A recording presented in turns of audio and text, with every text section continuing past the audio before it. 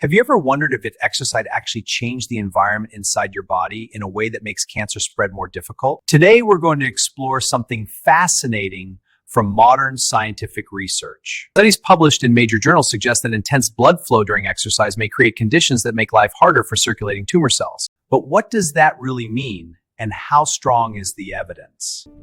Let's break it down. In the scientific literature, particularly in studies published in PNAS and Nature Communications, researchers investigated something very interesting. They used microfluidic experiments to study how cancer cells behave under different fluid flow conditions. In these studies, human cancer cells were exposed to flow designed to mimic what happens in the body when blood circulation increases. As shear stress increased, the survival rate of circulating tumor cells decreased. So what exactly is shear stress? It's when parallel forces cause layers of a material to slide past each other. One way to understand it is to think about very intense exercise.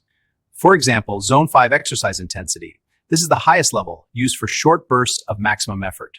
This is when your heart rate reaches roughly 90% of your maximum heart rate or higher. Imagine pushing yourself hard on a stair climber at the gym. Your legs are burning, muscles screaming for you to stop, but you push on. Your breathing becomes heavy.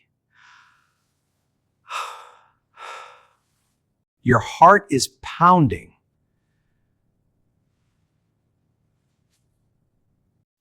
And your circulation accelerates dramatically.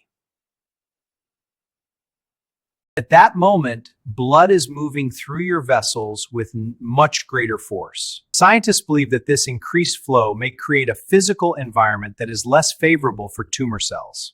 It says that exercise appears to create biological and mechanical conditions that may make certain steps in metastasis more difficult. And this matters because in many cancers, metastasis is what ultimately causes the greatest harm. Now let's move to another important mechanism known as immune surveillance. Exercise boosts your immune system by increasing circulation of immune cells and promote better sleep.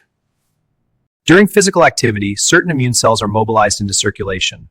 This process enhances the body's ability to fight illness. These include natural killer cells, often called NK cells. Cytotoxic T cells are also activated during physical activity. This enhances the body's ability to fight infections. In laboratory and animal studies, exercise has been shown to increase immune cell activity around tumors. Human studies are more complex, but the overall concept remains clear. Exercise repeatedly activates and redistributes immune function throughout the body.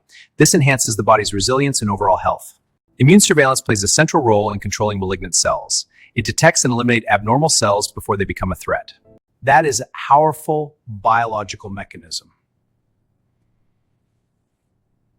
Another important factor involves metabolic signaling.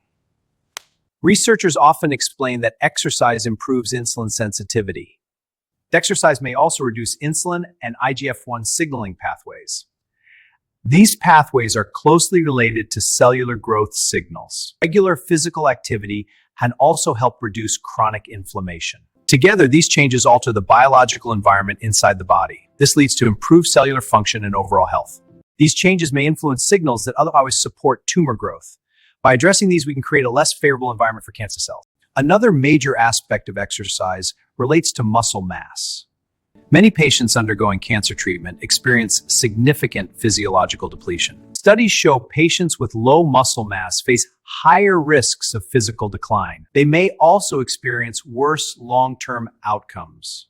At this point, it is important to address something common in health discussions, a misconception we must clarify for better outcomes. People often move toward one of two extremes. They either embrace change fully or resist it completely. Many patients undergoing cancer treatment experience significant physiological depletion. Studies show patients with low muscle mass a higher risks of physical decline. They may also experience worse long-term outcomes. These findings are supported by several imaging-based prognostic studies. At this point, it is important to address something common in health discussions. We must rely on evidence-based information, not just common beliefs. People often move toward one of two extremes. I'm thrilled to share some incredibly positive news. We made significant breakthroughs that offer real hope. The future is brighter than ever. Or they become completely fatalistic. After all treatments fail, they resign to their fate. The reality is that exercise is not a miracle cure. It's important for health, but it's not a fix for everything. I want to make something very clear. This is not an insurance policy. Ology rarely offers guarantees. Exercise is one of the few lifestyle interventions showing benefits across multiple stages of cancer care. Research suggests exercise may reduce the risk of certain cancers. It may also improve tolerance to treatment. Exercise can enhance overall quality of life. It may influence biological mechanisms related to recurrence and metastasis. Because of this, modern oncology increasingly recognizes exercise as part of cancer care. Still, scientific credibility requires acknowledging limitations. It's essential for integrity and advancing our understanding. Not all cancers show the same relationship with exercise. This is expected because cancer represents many different biological diseases. Not every patient can tolerate the same level of physical activity.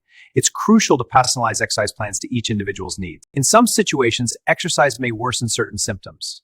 It's important to consult your physician for personalized advice. For example, severe gastrointestinal toxicity can limit activity. Radiation-related skin injury may also require caution. Neuropathy may make certain movements uncomfortable or unsafe. It's important to be aware of these risks. Patients with bone metastases must approach exercise carefully. It's crucial to prevent fractures and further complications. This is because of the potential risk of fractures. Randomized trials strongly support exercise for reducing fatigue. Exercise also improves physical function. It helps you move better with less stiffness and more energy. It's a key part of staying healthy. It may improve tolerance to cancer treatments.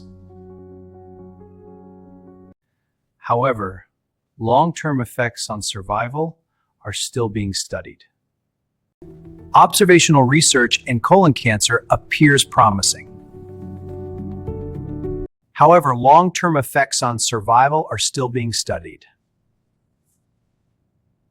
Observational research in colon cancer appears promising. Promising observations exist in breast cancer research. These findings suggest new avenues to end the disease and offer hope for future treatments. Observational evidence is not the same as randomized clinical evidence. Scientific caution is still necessary. We must continue to validate our findings. With that in mind, it helps to think about exercise as a decision framework. From a prevention perspective, the strongest evidence supports regular physical activity. Aerobic exercise is essential. Let's begin with some marching in place. Feel your heart rate rise. This builds endurance and burns calories. Keep it up. Resistance training is also strongly recommended. Both aerobic capacity and muscle mass appear to have protective biological effects.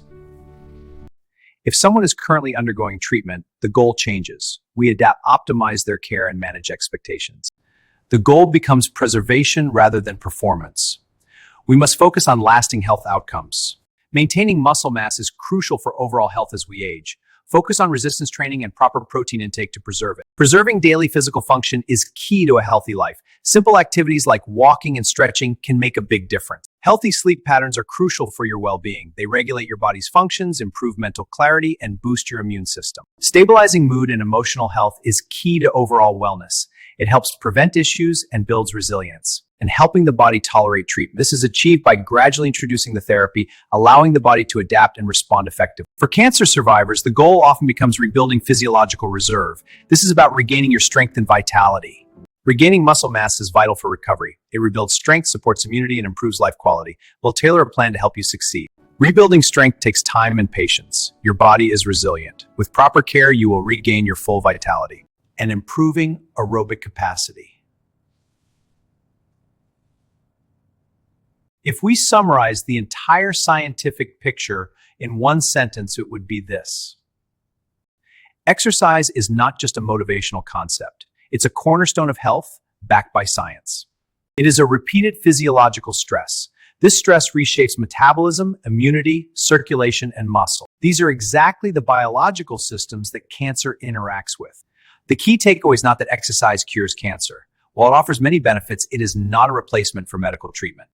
The real takeaway is that movement changes the biology of the body. These changes may help the body become more resilient. This is why exercise is increasingly part of modern cancer care discussions.